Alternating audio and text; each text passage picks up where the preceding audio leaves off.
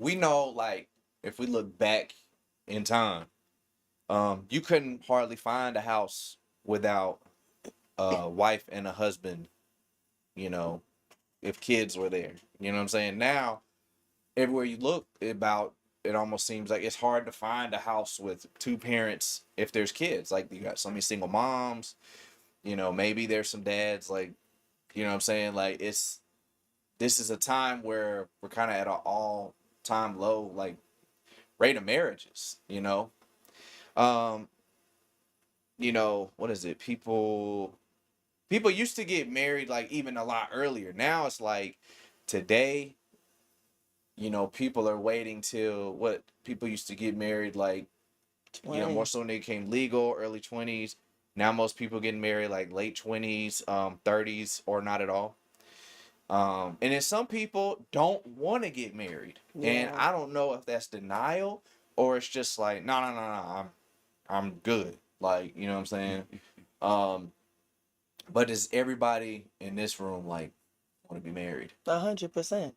Absolutely. All right, all right. Yeah. And anybody in the chat that want to get married, please throw the ones up in the Throw chat. the ring in Or there. two if you Okay. don't want to get Put the married. Throw the ring put up. that ring emoji. If you're on the Right. desktop, just put them R's in there. You know what I mean? I know it's hard to find the emojis on the desktop sometimes. But yeah. So but yeah, that's really interesting to me.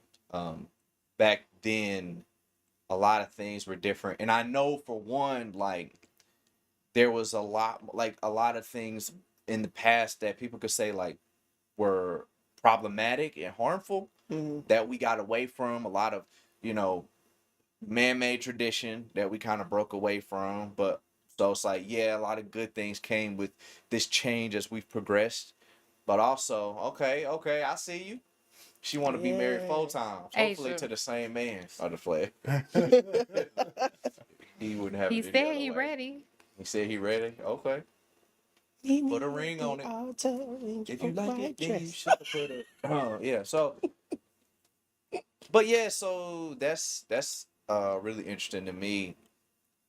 What was I saying? That people. Oh yeah, yeah. So in the past, there were a lot of things that were bad that we broke away from, but then Hmm. there were a lot of things that were good. That we So it's lost. like that we lost. Hmm.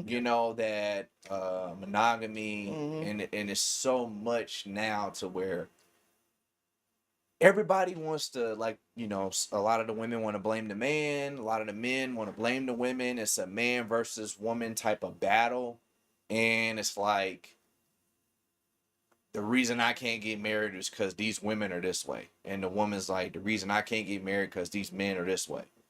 You know what I'm saying? So like, what are your thoughts on that? You gonna go first? Oh, you look at me like No, I'm no. like, I mean, look. Personally, for go me, ahead. I feel like it's not a man versus woman type of thing. It's more so of a The women Oh, are wrong. Gotcha. well. Not just No, I'm just playing.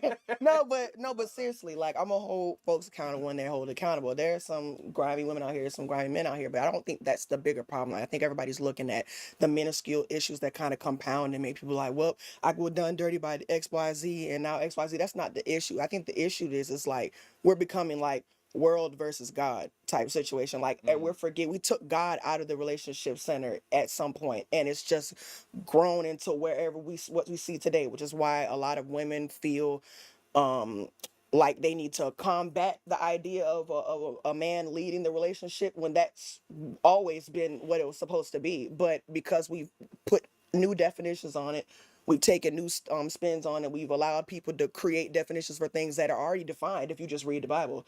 But but everybody wants to be their own leader, and you can't be in the center of a relationship if it's a god destined relationship. You know what I'm saying? And so I think if we get back to the roots of that and then cultivate it as it's said to be cultivated, then we would be in a better space. It wouldn't be, oh, he did this or she did this. What did God say to do? And then both of us do that. Then you grow there. There's no way but to grow in a positive direction. So I think that's really the issue to I me. got I got a question. So when you were saying like, so basically God should be the foundation in 100%. relationships. So you have just as many divorces in the church Hmm. outside of the church. So I probably would say, seems like, well, I've seen more divorces in the church than Mm-hmm. I see more people staying together that don't go to church. Right. So like, how do you feel about that? So I think that's difficult. God help me with the words. What I would say is that we see a lot more divorces in the church, and I think because people in like we know the walk with God is not going to be an easy one, right? And I think a lot of times when you're in the church and you're combating these issues, I think these men and these women are really going through these trials and tribulations. I think it's easier for people outside of the church to maintain this marriage thing because they don't really have the proper marriage foundation, and so they kind of making up things as they go. You know what I'm saying? So it's like, oh well, he did this and he cheated on me. Well, we can just bend the rules. We'll just have an open relationship now and our marriage is good because I'll just let him cheat and it won't be cheating anymore. So my feelings aren't hurt. When in the reality is it's like, no.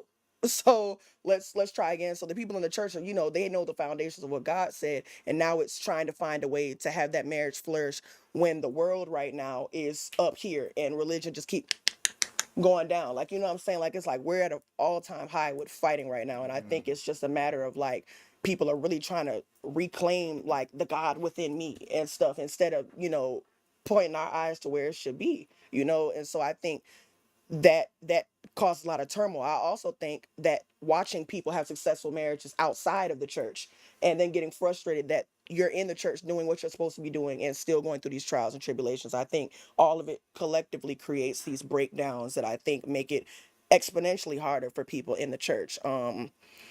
And I know we'll probably get into it later, but there's also a lot of breakdown happening within the church. I mean, it's a lot of folks that go to church and then leave church, go and do crazy stuff.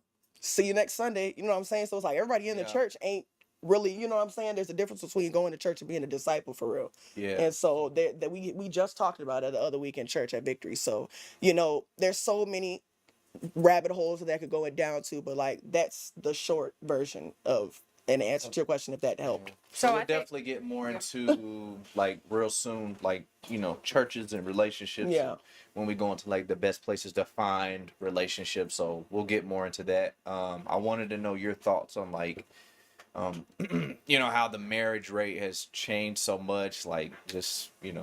So as you all were speaking, there was my mind was going multiple different ways Right. because so there's this overall kind of historical experience that's outside of specifically the church itself. When you look at the so you talk about how marriage rates have declined in the last whatever amount of time. Um, you look at historically the world wars that happened that changed the experience for women in America. A lot of the men had got drafted, went off to war. Women then now started to that ignited the feminist movement beyond just where it was with women were getting the right to vote. Now they got the experience of earning money, and then you saw the sexual revolution. You saw all these things that continued to progress that from just a purely structural perspective changed how relationships existed in America. And now you have this experience that we have now. So you look back to the early 1900s, into the world wars, and then on into the 70s and all the things. And that's what we have this experience where women for 80 years, 90 years had been earning their own money. And because it started because they had to support the country back here. And and then you had men that never really had to know what it was like to be like a true husband. They were just males that were in the house, and so they never had to learn how to like be a servant leader in those spaces. And so then that was a natural rub against each other. And so now we see a lot of in the contemporary society where men talk about this desire to be leaders in their homes, and it's more of a just a I'm male, so I should be leader. Not I have earned the respect of the honor of the position. Yeah. And and so that's some of those structural things. And then earlier in the conversation about in the church, people I see this desire, this communication about finding people, being with people in the church. Mm-hmm. And the thing is that a lot of people are just simply inside a building that is a church. Right. They're not actually like taking what has been delivered, whether from the platform, engaging with other people that were part of the congregation or whatever, and now applying it to their life. They're just checking off a box of experience on once or twice a week. And so because I find it very difficult. It'd be very difficult for somebody to attend church consistently with their spouse, consistently be engaging in prayer and fasting with their spouse, continuously be talking about the things of God with their spouse, continuously being in their own time spending time with Jesus. And then those type of the couples are the ones that are getting divorced. It'd be very difficult to believe that they're doing all those things and they get divorced. If you were to try, like, I know couples that got divorced, and there's always some other thing that, like, they haven't been doing. If you're the couples that I've seen that are truly healthy, thriving, 30, 40, 50-year plus marriages are ones where you see them consistently together in church, or consistently together just in general. If you see them out in the world, they are engaging the scriptures together. They are engaging prayer time together. It's not like I follow Jesus by myself and then you kind of come in together and we just show up on Sunday together. Hey, we're good. Like, I don't see that those marriages tend to be the ones that fail. Like, I haven't heard of a marriage like that be the one that fails. There's always something that one of them or both of the parties did wrong, even if they've been together for years. Because I know couples that have been together for years, and then somebody like, eh.